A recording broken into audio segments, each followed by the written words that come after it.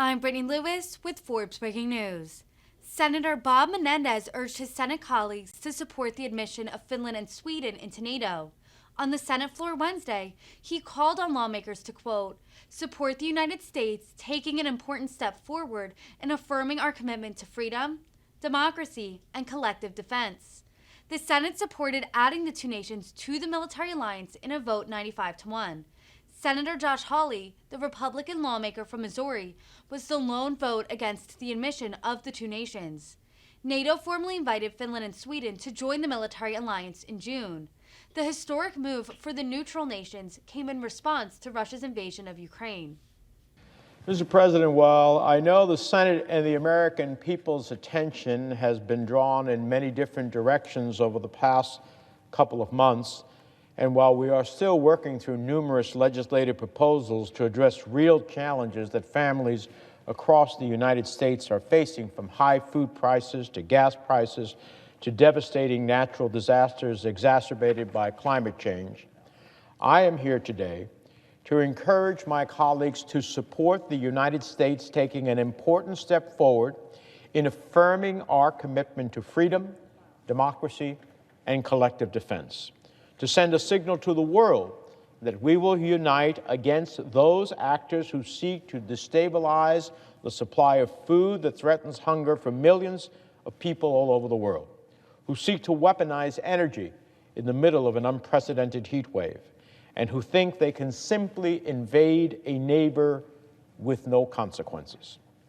As we grapple with the complex geopolitics, Putin's generals are bombing Ukrainian cities. His forces are still largely blockading Ukrainian ports. His soldiers are committing war crimes. These are not only attacks on brave Ukrainians, they are attacks on the rule of international law of which we all want to live by. They are attacks on the international order. They are attacks on one of the most deeply held American principles of a nation's right to determine its own destiny.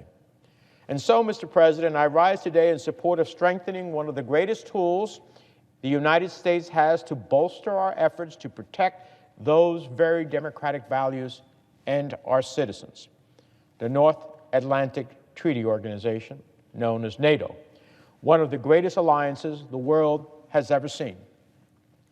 Welcoming Sweden and Finland into the NATO alliance will signal the United States' ongoing commitment to peace, stability, and democracy in Europe and around the world. Enlarging NATO is exactly the opposite of what Putin envisioned when he ordered his tanks to invade Ukraine. Indeed, he may have been trying to test the resolve of the alliance. And I am pleased that we have passed that test with overwhelming unity of vision and purpose.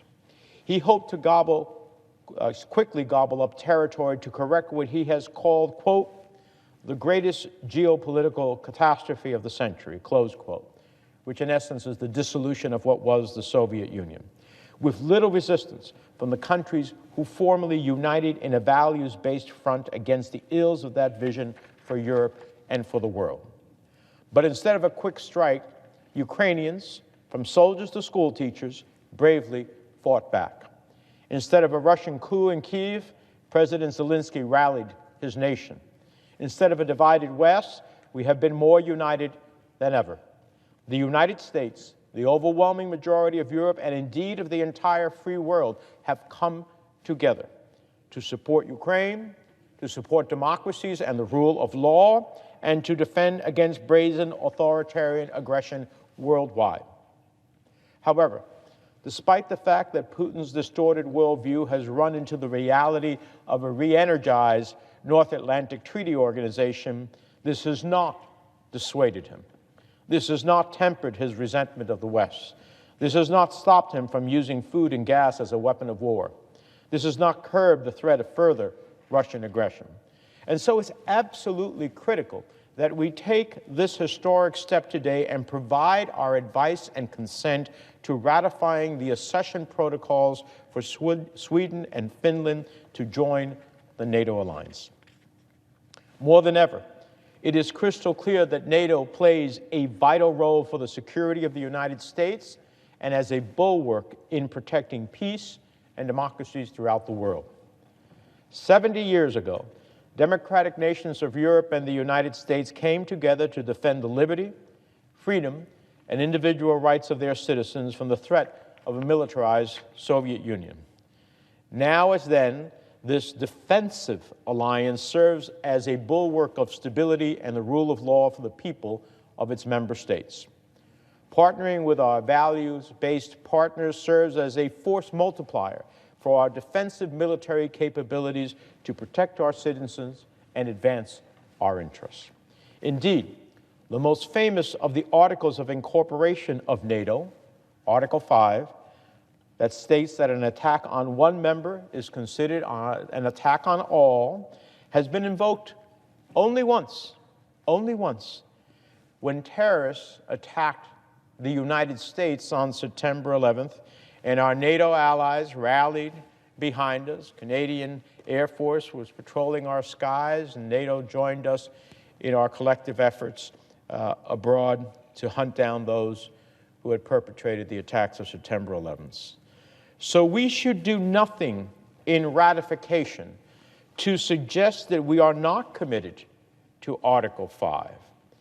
The U.S. Constitution reigns supreme in all of our actions, so we should not sow doubt about our commitment, especially in this time in history.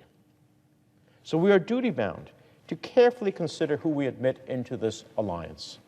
Over the course of its 7-decade history, admission to NATO has been guided by the alliance's open-door policy, as outlined in Article 10 of NATO's founding document, and specific benchmarks that every American administration has used since the founding of NATO. Members must have a functioning democratic political system based on a market economy, fair treatment of minority populations, a commitment to resolve conflicts peacefully, an ability and willingness to contribute to NATO military operations, and a commitment to democratic civil-military relations. Mr. President, Sweden and Finland meet and exceed these benchmarks in every respect. Indeed, the qualifications of these two prosperous democratic nations are outstanding and will serve to strengthen the NATO alliance. These are two steadfast NATO and U.S. allies with strong military and democratic institutions. They have every reason to participate in collective defense against potential Russian aggression. And NATO has every reason to embrace and welcome them into the alliance without delay. The people of Sweden and Finland and their governments have shown themselves to be strongly supportive of joining NATO. And in many ways, Finland and Sweden are ideal candidates for NATO membership. Both have large, technologically advanced and growing militaries that are well positioned to integrate into NATO. Both have partnered with NATO, contributing to operations in the Balkans, Afghanistan, and Iraq. And since Russia's invasion of Ukraine, they have strengthened their relations with NATO even further. They have been engaging in dialogue and consultations. They have been exchanging information, and they have been coordinating training and exercises. In fact, given geography and history, Finland and Sweden have long equipped their militaries and prepared their societies for the prospect of Russian aggression.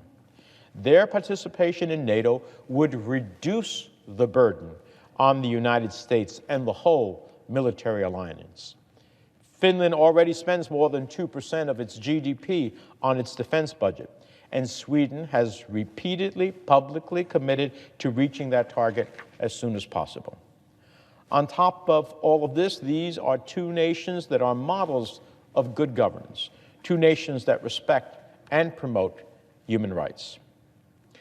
Now, with just a few detractors, I am pleased that there will be broad bipartisan support for admitting Sweden and Finland into NATO. But let me speak to those few detractors. Some critics say they don't want us to subsidize these wealthy European nations' security. But of course, that's not the case. They meet, or will soon meet, the 2% threshold for military spending. We can count on these nations to pull their own weight.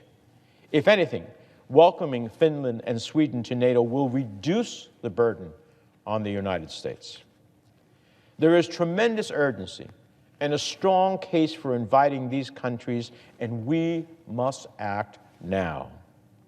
Now, for those who say that expanding NATO provokes Russia, I would say after decades of neutrality that Finland and Sweden have, they have been provoked by Russia's aggressions in Ukraine to seek NATO membership. Should we let ruthless autocrats threaten the security of democratic nations and American allies? Or think they can launch ground invasions against peaceful neighbors without consequences? No. Should we let the fears of an irrational dictator guide United States foreign policy? No. Should we appease a brutal butcher like Putin? No. The European public says no. The American public says no. And I hope the United States Senate says no as well. So today, I urge my colleagues to vote yes. Yes to providing advice and consent. Yes to supporting these historic treaties. Yes to welcoming Finland and Sweden, steadfast, loyal allies and beacons of democracy to NATO. Yes to a Europe that is secure and prosperous. With that, Mr.